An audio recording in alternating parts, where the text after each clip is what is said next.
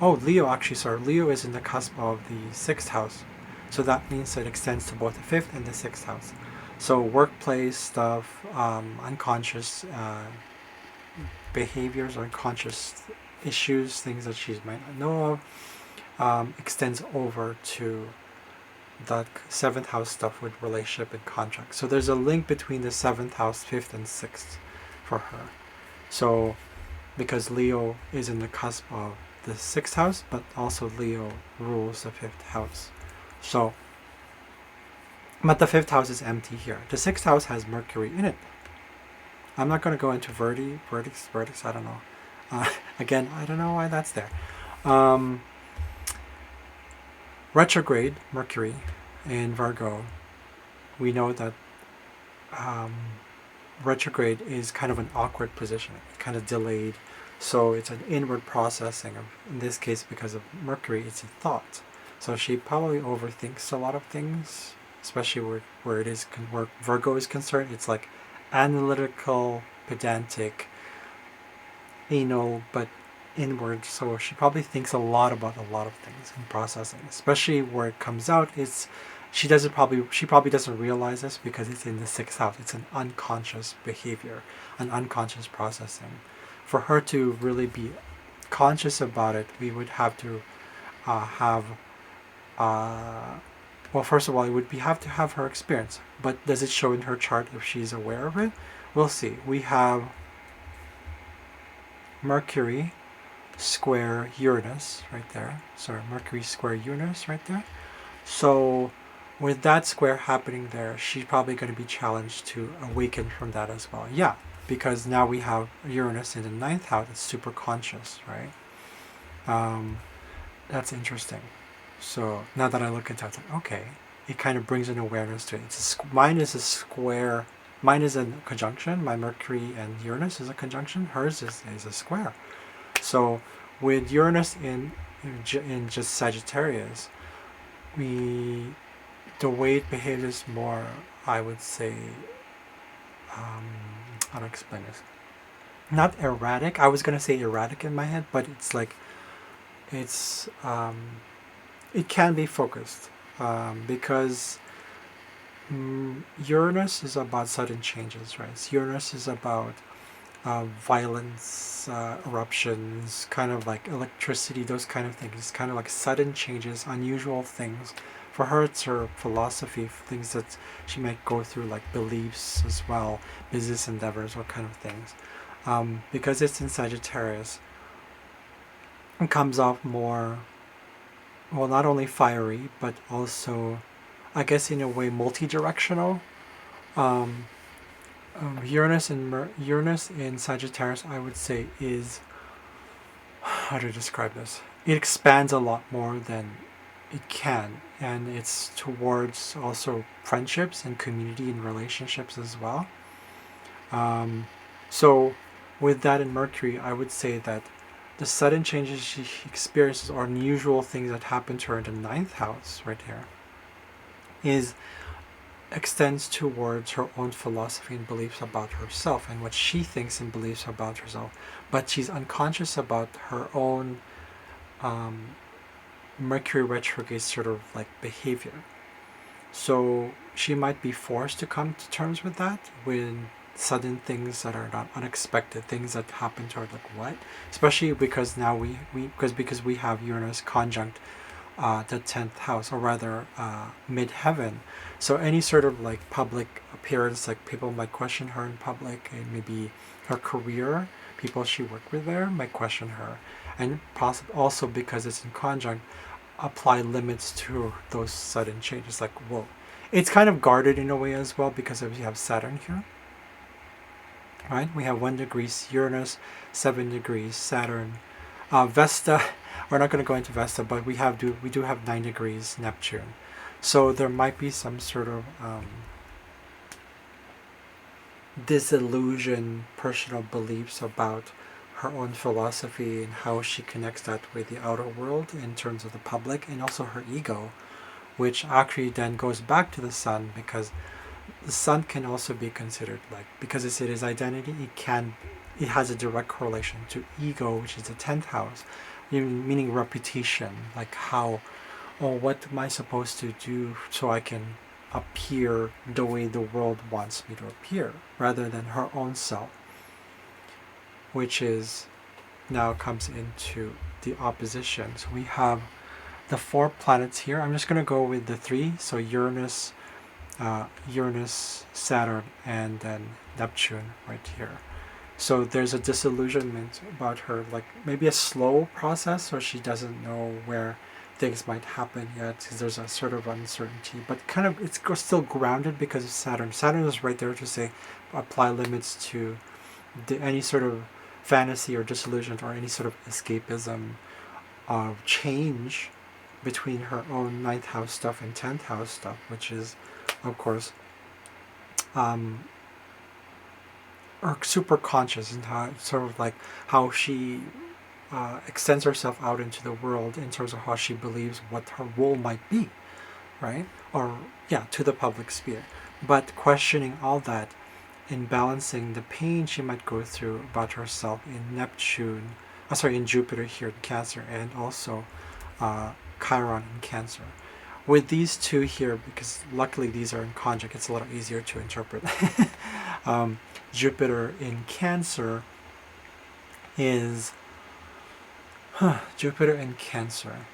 Jupiter is about expansion. So Jupiter in Cancer would have a lot to do with family issues, emotions, things about oneself, things about being sort of traditional and protective of one's emotions, ups and downs as well, because it's ruled by the moon. I'm going to go really back into this. I want to make sure I'm saying this right. So Jupiter in Cancer, because Jupiter is all about here we go. It's where we often experience good fortune and spend leisure time. So optimism, right? But it extends over to Cancer. So in other words, that optimistic side of herself in her 4th house, usually like maybe anything she inherited in the 4th house, any sort of like DNA stuff, any sort of inherit ancestry, sort of anything that's passed along from generation to generation, is the ability to, in this case, have a lot of growth and expansion and opportunities for understanding one's wounds and pains, right? Because we have Chiron here, and the transition from what needs to what she can learn from, what needs to stay. Because Chiron is an asteroid between that orbits between Saturn and Uranus. So Chiron is the transitionary planet or body in astrology. Astrological body represents transmuting or it's learning from wounding. It's the learning from past mistakes or past trauma, past pain into something new, into change. What can you learn? What can you keep? And what can you change? What do you need to get rid of? What can you keep? Those kind of things. But in Cancer, there's a kind of probably traditional approach to it. Maybe a lot of maybe manipulation that happened through that. So instead of just being completely like optimistic, if it was in Sagittarius, for example, which it isn't in this case, it's a lot of maybe there's a bit of control there, a lot of things that are that you might have experienced. So a lot of emotional processing, but at a very slow pace. Cancer is quite slow when it comes to, no offense, to emotions. It doesn't act like Pisces, for example. So Jupiter in Cancer is very about the expansion and growth through one's own maternal feminine sort of energy and sensitivity, but also seeing where you can set boundaries for yourself, right? Do you have to be like broody? Those kind of things. With Chiron there is definitely going to help in terms of like experiencing or growing through the pain and the struggles of that, what needs to stay, what needs to go, right? So, and that extends to how she, I guess you could say, projects out into the other world, her ego, and questioning that, and the struggle she would go through in terms of like her own anger, her own issues with because it's a peace-loving sign, like Sun in Libra. And sometimes what happens is that when Librans like that peace, they like harmony. So what happens is that when things don't come, when we don't get along with people, or we start to question ourselves, we kind of like are, uh, we question our own roles in terms of, do I need to keep this? Like, do I need to um, continue this relationship? Especially because we have Cancer in Jupiter here, or so Jupiter in Cancer. The process is quite ongoing, and because it's a square, it's a lot of the family issues and relationship within family are still kind of like, there's a lot of anger issues there, I would say, but unexpressed anger issues, probably buried as well because we have Libra. But there is an assertiveness to it because Libra, Cancer, and even actually Capricorn are all cardinal signs. So when there's a need for change, when there's a need for action, or when there's a need for that kind of stuff, it needs to happen. Especially when identity is concerned and pride is concerned. Mars comes in and goes like, do something about it, do something about it. More like about communication because it is in Libra. So that whole thing that's happening here in her, with her family and how she relates, extends over to the world, where she projects out onto the world and say, okay, but the world wants to limit that and offer changes and say, you can't behave the way we do in the way you do at home. You can't have what you had in your family. You know your wounds well. You can grow from that. But here we say, oh, the world thinks, or the career path or company she works for, the Hollywood itself probably goes like, no, you have to have limits. You have to, but at the same time, openness and willingness for change. So it's a funny kind of thing. There's a struggle for it. There can be struggle for it, especially when it comes to her pertaining her ego, her ancestry, inheritance, and her relationship with that, and her how she relates with that herself. Where the sun and where Sun and Mars are concerned. Particularly, like, she's very Martian, she's very like assertive, right? So, yeah, that's what I can say for that. That's the biggest portion here. Now, we're going to break this down just a little bit and say that because we have Mars in Libra here, we have to look into the sign that rules. No, sorry, my bad. We have to look into the connection between what that means not only for our sun here, but also now extended over to the 10th house. Let's go over to the 10th house because I find that there's something important here. So Saturn was in Capricorn, so naturally it's right at home in its sign, and also right at home in 10th house. So we don't have to look anywhere else but right here, because Saturn through Capricorn rules the 10th house and nowhere else. But we have to look back into Neptune here. Neptune